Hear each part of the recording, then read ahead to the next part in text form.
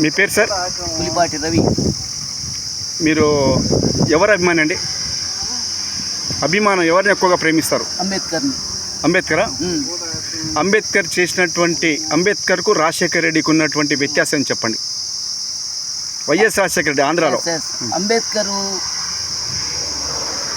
నిస్సహాయుల కోసం, నిర్భాగ్యుల కోసం, భారతదేశంలో అట్టడుగు జాతి కోసం, నిమ్న జాతుల కోసం చిన్నప్పటి నుంచి పోరాటాలు చేసి సామాజిక, సాంఘికంగా, ఆర్థికంగా ఈ కుల వ్యవస్థలన్నీ కూడా అట్టడుగు జాతులు ముందుకు అభివృద్ధి చెందాలంటే చదువు అనే వజ్రాయుధాన్ని ముందు తీసుకొని తర్వాత అన్ని సెక్టార్లోకి వెళ్ళి అభివృద్ధి చెందుతారు అనే కాన్సెప్ట్తో అంబేద్కర్ యొక్క ఆశయం అది. ఇప్పుడు ఆంధ్రాలో ఒక విషయం అండి, ఆంధ్రాలో విగ్రహాలు అంబేద్కర్ తక్కువ ఉన్నాయి, వైఎస్ రాజశేఖర ఎక్కువ ఉన్నాయి. దేనికి? దళిత సంఘాల్లో.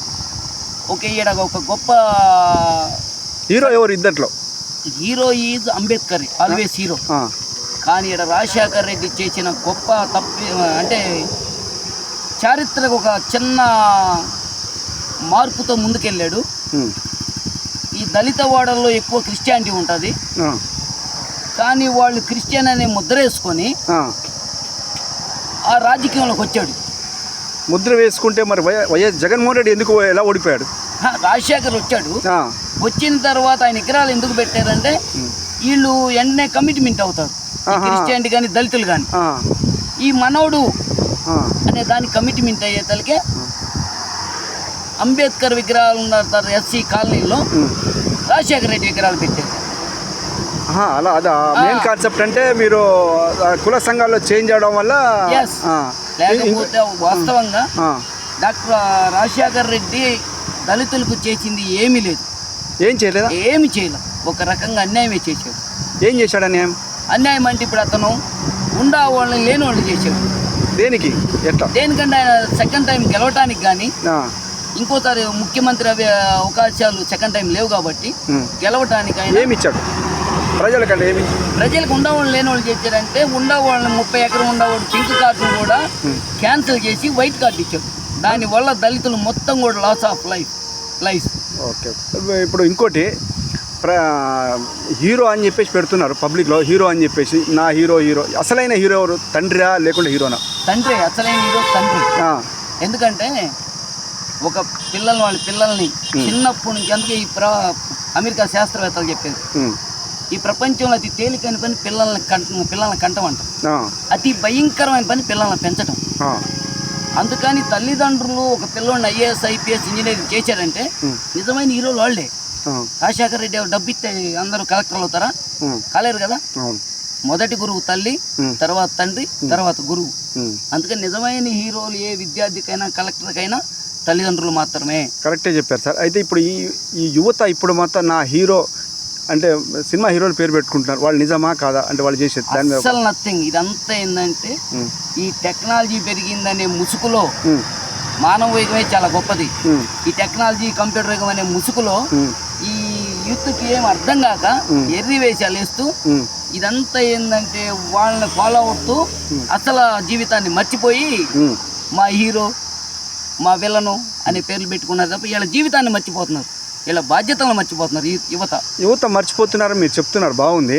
వాళ్ళ యువతలో ఇప్పుడు కొంతమంది చచ్చిపోవడానికి కూడా రెడీగా ఉన్నారు. మరి దానికి ఇచ్చే మీరు సందేశం ఏంటి వాళ్ళ యువతకు? వాళ్ళ యొక్క బలహీనత, వాళ్ళ బలహీనత. ఎందుకంటే నిజమైన ఒక ఆశయం ఉన్న విద్యార్థి కానీ ఒక వ్యక్తి కానీ ఆశయంలో ఎన్నో కష్టాలు వస్తాయి. అందుకే ఆశ వేరు, ఆశయం వేరు.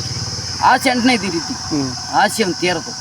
ఆశయానికి ప్రణాళిక వేసుకోవాలి, ప్రణాళికలో కష్టాలు సుఖాలు అన్నీ కూడా వస్తాయి. ఇప్పుడు తల్లిదండ్రుల కన్నా ఎక్కువ సినిమా హీరోలనే ప్రేమిస్తున్నారు.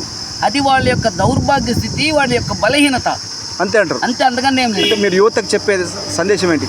యువత ఒకటే, యువత వాళ్ళు సైకాలజీ ప్రకారం 12 సంవత్సరాల నుంచి 22 సంవత్సరాలు వచ్చేంత వరకు తల్లిదండ్రులు చెప్పే మాటలు, మేధావులు చెప్పే మాటలు వాళ్ళకి శత్రువులాగా కనిపిస్తారంట.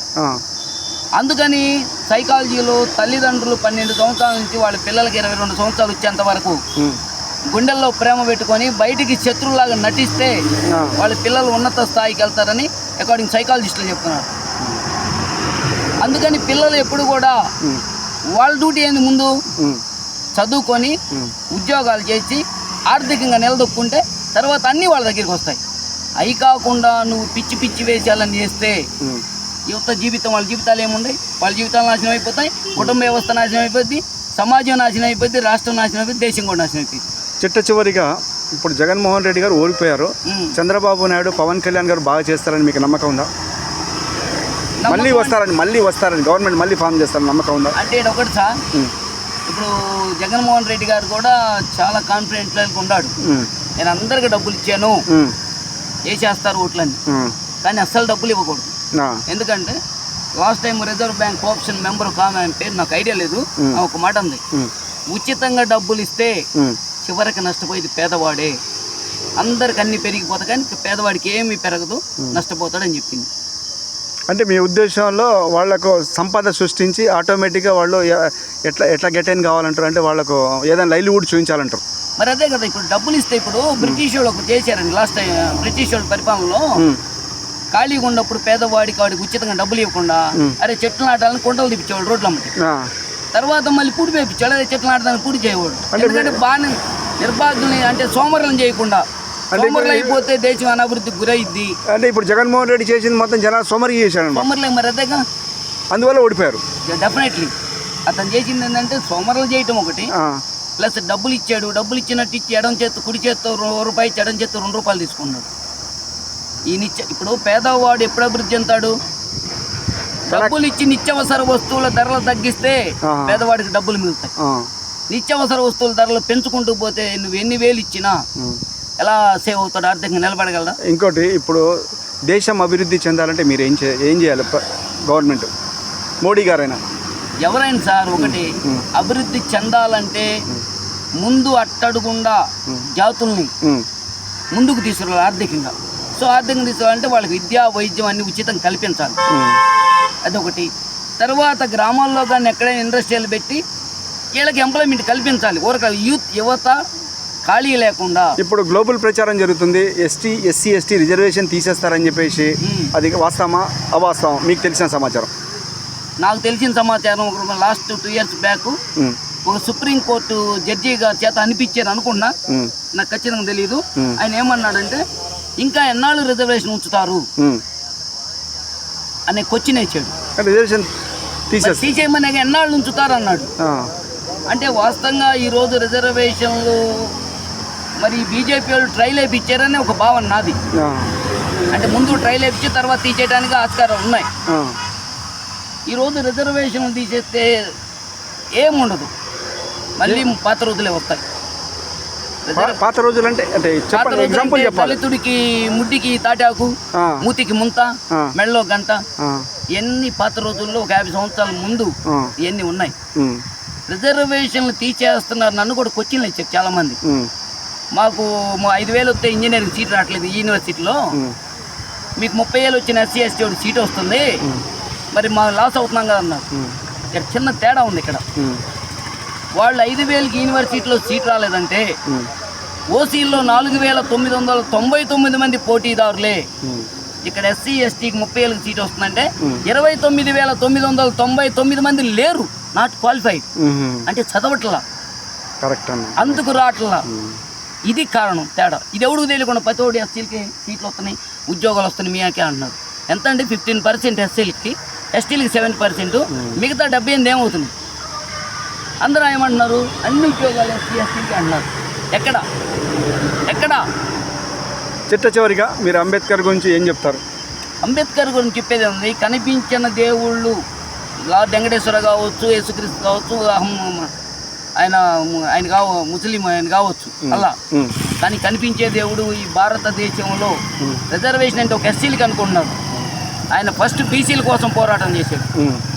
ఈ రోజు తర్వాత హిందూ కోడ్ బిల్ భారతదేశంలో ఆయన బిల్లు పాస్ కాకపోతే రాజీనామా చేసిన ఒకే ఒక వ్యక్తి డాక్టర్ బిఆర్ అంబేద్కర్.